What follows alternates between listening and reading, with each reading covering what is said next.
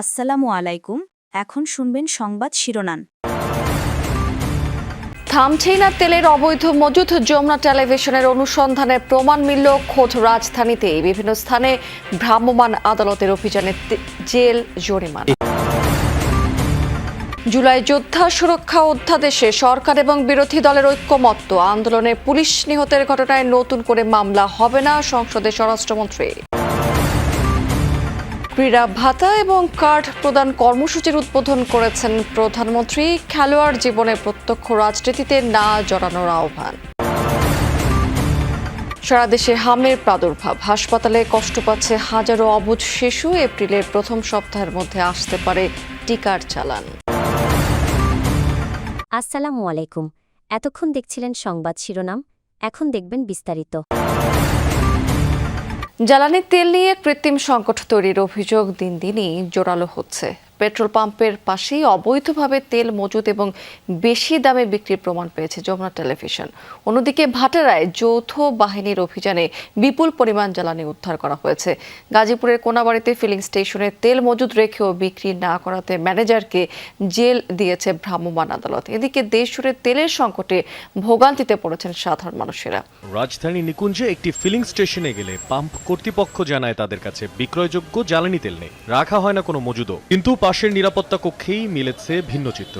তেল নেই এই সাইনবোর্ডের আড়ালে পাম্প সংশ্লিষ্টদের যোগসাজশেই বিক্রি হচ্ছে খোলা তেল, যা হাতে নাতে ধরে যমুনা টেলিভিশন।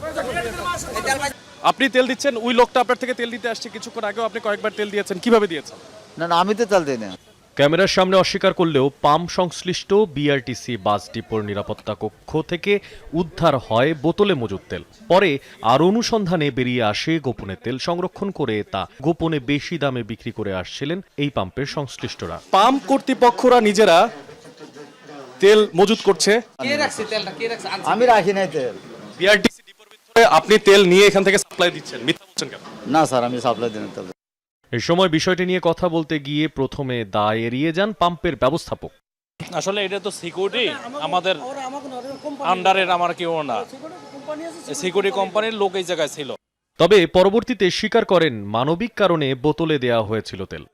বলে যে আমার গাড়িটা অসুস্থ হয়ে রয়েছে, মেডিকেল হসপিটালে যাওয়া লাগবে, তখন আমরা হয়তো 2 লিটার বা 3 লিটার দিই। এই রকমের হয়তো করতে পারছে। বলেন কি এরকম কেন? এরকম তো কোনো সময় করে না, কেউই তো করে না, কিন্তু আপনি এভাবে করলেন কেন? বলছি ভাই 5 লিটার তেল দেন, 1 লোকের তেল চাইছিল, আমার কুশল রাখতাম। সরকার নির্ধারিত 120 টাকার অকটেন এখানে গোপনে বিক্রি করা হচ্ছিল 200 থেকে 220 টাকায়। জুলাই যোদ্ধাদের সুরক্ষা অধ্যাদেশ সর্বসম্মতিক্রমে সংসদে বিল আকারে পাশ করার বিষয়ে ঐক্যমত্য হয়েছে বলে সংসদে জানিয়েছেন স্বরাষ্ট্রমন্ত্রী সালাউদ্দিন আহমদ। গণ অভ্যুত্থানের সময় পুলিশ হত্যার এই বিষয়টি এরই মধ্যে ফয়সলা হয়ে গেছে বলেও জানিয়েছেন তিনি। আর জ্বালানি পরিস্থিতি, সরকারের প্রস্তুতি, পরিকল্পনার সংসদে তুলে ধরে জ্বালানি মন্ত্রী বলেছেন যে জনগণের মধ্যে আতঙ্ক অনর্থক জটিল করে তুলেছে জ্বালানি পরিস্থিতি। সম্ভাব্য চাহিদার চেয়েও বেশি প্রস্তুতি রয়েছে সরকারের। তিনি বলেছেন যে জ্বালানি ঘাটতির চেয়ে মজুদের মানসিকতাই এখন সবচেয়ে বড় সমস্যা। সংসদ অধিবেশনের আজকের কর্মসূচির শুরুতে প্রশ্ন জিজ্ঞাসা ও উত্তর। পুলিশ হত্যা নামক একটা ফ্রেম ব্যবহার করা হচ্ছে আওয়ামী লীগের তরফ থেকে। সেই বিষয়ে যে অস্পষ্টতা তৈরি হয়েছে, সেই বিশৃঙ্খলাগুলো দূরীকরণে স্বরাষ্ট্র মন্ত্রণালয়ের পক্ষ থেকে কোনো উদ্যোগ আছে কিনা আপনার মাধ্যমে জানতে চাই। জবাবে স্বরাষ্ট্রমন্ত্রী বলেন, সে ফয়সালা যুদ্ধের ময়দানেই হয়ে গেছে। গণ অভ্যুত্থানের সময় রাজপথে অভ্যুত্থানকারী আন্দোলনকারীদের বিরুদ্ধে যারা হানাদার বাহিনীর মতো ঝাঁপিয়ে পড়ে হত্যাযজ্ঞ চালিয়েছে, ম্যাসাকার করেছে, গণহত্যা করেছে, তারা জনতার প্রতিরোধের মুখে কেউ কেউ হয়তো প্রাণ হারিয়েছে, কেউ কেউ আহত হয়েছে, কিন্তু সেটা যুদ্ধের ময়দানে ফয়সালা হয়ে গেছে। এবং সেখানে জুলাই যোদ্ধাদেরকে সুরক্ষা দেওয়ার জন্য যে অধ্যাদেশ জারি করা হয়েছে, সেই বিষয়ে আমরা এই অধ্যাদেশটি এখানে গ্রহণ করার জন্য সবাই সর্বসম্মত হয়েছি। স্বতন্ত্র সংসদ সদস্য রুমিন ফারহানার প্রশ্ন মব কালচার নিয়ে। বিস্তারিত পরিসংখ্যানও তুলে ধরেন তিনি। যেহেতু একটা খারাপ কালচার বাংলাদেশে শুরু হয়েছে এবং আমি নিজেও 21শে ফেব্রুয়ারি সেটার একজন ভুক্তভোগী। জবাবে স্বরাষ্ট্রমন্ত্রী বলেন, দাবি আদায়ের নামে কোনো মবের সুযোগ দেবে না এই সরকার। রাস্তাতে যে কোনো দাবি নিয়ে সড়ক অবরোধ করে দাবি আদায়ের যে প্রবণতা ইন্টারিম গভর্নমেন্টের সময় দেখা গিয়েছে, ক্ষেত্র বিশেষে সেই গভর্নমেন্টের দুর্বলতার কারণে ইন্সপায়ার্ড হয়েছে, সেটাকে আমরা আর কখনো এলাও করব না। জরুরি জনগুরুত্বপূর্ণ বিষয়ে 300 ব্যথিতে বক্তব্য দেন জ্বালানি মন্ত্রী। তুলে ধরেন জ্বালানি পরিস্থিতি, সরকারের প্রস্তুতি পরিকল্পনা। সংসদকে জানান 17 ফেব্রুয়ারি সরকার শপথ নেওয়ার সময় ডিজেলের মজুদ ছিল 2,06,000 মেট্রিক টন। 30 মার্চ এ মজুদ এখন 2,18,000 মেট্রিক টন। 41 দিনে ডিজেল বিক্রি হয়েছে 4,82,000 মেট্রিক টন। এপ্রিল মাসে 50,000 মেট্রিক টন অকটেন আমদানি করা হবে। দেশের উৎস থেকে পাওয়া যাবে 30,000 মেট্রিক টন। আগামী 30 এপ্রিল সিলেট থেকে শুরু হতে যাচ্ছে নতুন কুড়ি স্পোর্টস, যা পরবর্তীতে সারা দেশে চালু হবে, এমনটি জানিয়েছেন প্রধানমন্ত্রী তারেক রহমান। সকালে তেজগাঁয়ে নিজ কার্যালয়ে ক্রীড়া ভাতা এবং ক্রীড়া কার্ড প্রদানের উদ্বোধনী অনুষ্ঠানে এসব কথা বলেছেন তিনি। এই সময় জাতীয় এবং আন্তর্জাতিক পর্যায়ে সাফল্য অর্জনকারী ক্রীড়াবিদদের স্পোর্টস কার্ড, মেডেল এবং সম্মাননা তুলে দেন তারেক রহমান। পরে প্রধানমন্ত্রী তার বক্তব্যে বলেছেন, সারা বিশ্বে ক্রীড়া শুধু শখ বা বিনোদন নয়, বরং পেশা হিসেবে দাঁড়িয়ে গেছে। বাংলাদেশও সেক্ষেত্রে পিছিয়ে থাকবে না। ক্রীড়াকে পেশা হিসেবে প্রতিষ্ঠিত করা সরকারের নির্বাচনের প্রতিশ্রুতির অংশ বলেও জানিয়েছেন তিনি। বলেছেন, দেশ স্বাধীন হওয়ার পর প্রথমবারের মতো ক্রীড়াবিদদের সম্মানী কাঠামোর আওতায় আনা হলো, যা তাদের আর্থিক অনিশ্চয়তা দূর করবে।